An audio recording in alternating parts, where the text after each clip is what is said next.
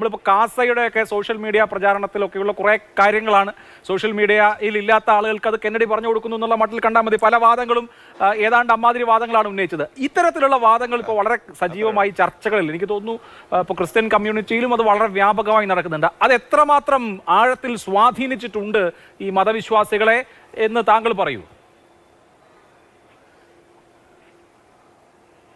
അഭിലാഷ, ഞാനൊരു കാര്യം പറയാം. ഒന്ന്, ഇപ്പം നേരത്തെ സംസാരിച്ചിരുന്ന BJPയുടെ വക്താവ് പറഞ്ഞത്, ശ്രീ പത്മനാഭൻ പറഞ്ഞത്, അവർ സോഷ്യൽ എഞ്ചിനീയറിംഗിൽ വിശ്വസിക്കുന്നു എന്നാണ്. എനിക്ക് തോന്നുന്നത് കുറച്ചുകൂടി മാറ്റി സോഷ്യൽ മീഡിയ എഞ്ചിനീയറിംഗിൽ വിശ്വസിക്കുന്നു എന്ന് പറയുന്നതായിരിക്കും കുറെ കൂടി ഉചിതം എന്നെനിക്ക് തോന്നുന്നു.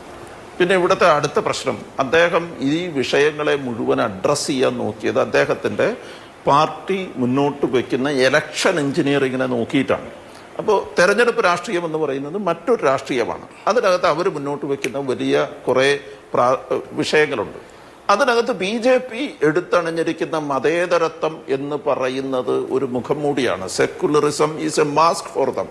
അതൊരു മുഖംമൂടി മാത്രമാണ്, അത് അവരുടെ മുന്നിലില്ല. എന്നാൽ കേരളത്തിലെ ക്രിസ്ത്യാനി എന്ന് വേണ്ട, മുസ്ലിം എന്ന് വേണ്ട, ഹിന്ദു എന്ന് വേണ്ട, ഹൈന്ദവരുടെ, ഞാൻ പറഞ്ഞ കേരളത്തിലെ ഹിന്ദുവിൻ്റെ മനസ്സിൽ പോലും മതേതരത്വം എന്ന വാക്ക് ആഴത്തിൽ വേരോടിയതാണ്.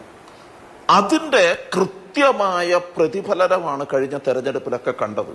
ചില ഇൻസിഡന്റുകളെ മുന്നിൽ നിർത്തിക്കൊണ്ട്, ചില പ്രത്യേക കാര്യങ്ങളെ മാത്രം ചൂണ്ടിക്കാണിച്ചുകൊണ്ട്, ഒരു അപരമത വിദ്വേഷം സൃഷ്ടിച്ചുകൊണ്ട് ഇവിടെ ഒരു നേട്ടമുണ്ടാക്കാമെന്ന് കരുതുന്നത് അപകടകരമാണ് എന്ന് വിശ്വസിക്കുന്നയാളാണ് ഞാൻ. അത് BJPയുടെ തെരഞ്ഞെടുപ്പ് രാഷ്ട്രീയം കേരളത്തിൽ, അതായത് ഇലക്ഷൻ എഞ്ചിനീയറിംഗ് ബാക്കിയുള്ളിടത്ത് നടത്തുന്നത് പോലത്തെ ഒരു ഇലക്ഷൻ എഞ്ചിനീയറിംഗ് കൊണ്ട് കേരളത്തിൽ ഗുണകരമായ ഒരു പ്രതിഫലനം ഉണ്ടാകുമെന്ന് കരുതുന്നില്ല. കേരളത്തിൽ വായിക്കുന്ന മനുഷ്യരാണ്. ഈ യുണൈറ്റഡ് ക്രിസ്ത്യൻ ഫ്രണ്ടിന്റെ കണക്കനുസരിച്ചിട്ട് 2023 ജനുവരി മാസം 1 മുതൽ നവംബർ മാസം 30 വരെ മാത്രം ഇന്ത്യയിൽ 687 പ്രാവശ്യം ക്രിസ്ത്യാനികൾ ആക്രമിക്കപ്പെട്ടിട്ടുണ്ട്. 687 പ്രാവശ്യം. അവരത് അവരുടെ വെബ്സൈറ്റിൽ പ്രസിദ്ധപ്പെടുത്തിയിട്ട് ഇന്ന് വരെ ഒരു BJP-കാരനോ അല്ലെങ്കിൽ ഏതെങ്കിലും ഒരു സ്റ്റേറ്റ് ഗവൺമെന്റോ ആരും ഇന്ന് വരെ അതിനെ ചോദ്യം ചെയ്തിട്ടില്ല.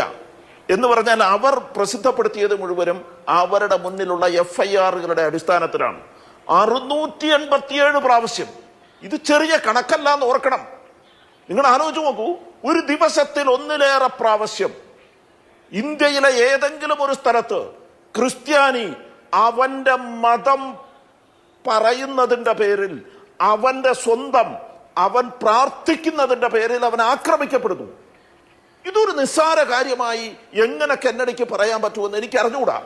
ഞാൻ പറഞ്ഞത്, കെന്നഡി ഇപ്പോ മിസോറാമിലെയും നാഗാലാൻഡിലെയും മണിപ്പൂരിലെയും കാര്യങ്ങളൊക്കെയാണ് എടുത്ത് പറയുന്നത്. കെന്നഡി മനസ്സിലാക്കേണ്ടത് അവിടെയുള്ളത് മുഴുവൻ ഗോത്രവർഗങ്ങളാണ്. അവിടെയുള്ളത് ഏതെങ്കിലും ഒരു വലിയ മതവിഭാഗത്ത് നിന്ന് മാറിപ്പോയവരല്ല എന്ന് ഓർക്കണം. ഗോത്രവർഗ വിഭാഗത്തിൽപ്പെട്ടവർ ക്രിസ്ത്യാനികളായവരാണ്. അവർ പാലിച്ചിരുന്നത് അവരുടെ ഗോത്രവർഗ ആചാര രീതികളാണ്. അത് ഇപ്പോഴും തുടരുകയാണ്. അത് ക്രിസ്ത്യാനിറ്റിയുടെ ഇൻക്ലൂസീവ്നെസിന്റെ ഗുണമാണത്. ഇതാണ് നിങ്ങൾ മനസ്സിലാക്കേണ്ട ഏറ്റവും പ്രധാനപ്പെട്ട ഒരു കാര്യം. ക്രിസ്ത്യാനിറ്റിയുടെ ഇൻക്ലൂസീവ്നെസിന്റെ ഗുണമാണ്. അവർ ഗ്രാമാന്തരങ്ങളിൽ പോയി, മനുഷ്യർക്ക് നടക്കാൻ പറ്റാത്ത ഇടങ്ങളിൽ പോയി ആ മനുഷ്യരോടൊപ്പം ജീവിക്കുന്നതിന്റെ പ്രഥമമായ ഉദാഹരണമാണ് ആ കാണുന്നത്. അതിന്റെ പേരിൽ കെന്നഡിയെ പോലെ ഒരാളൊന്നും ഇവിടെ വന്നിരുന്ന് ഇത്തരം തോന്നിവാസങ്ങളൊന്നും വിളമ്പിക്കൂടാ.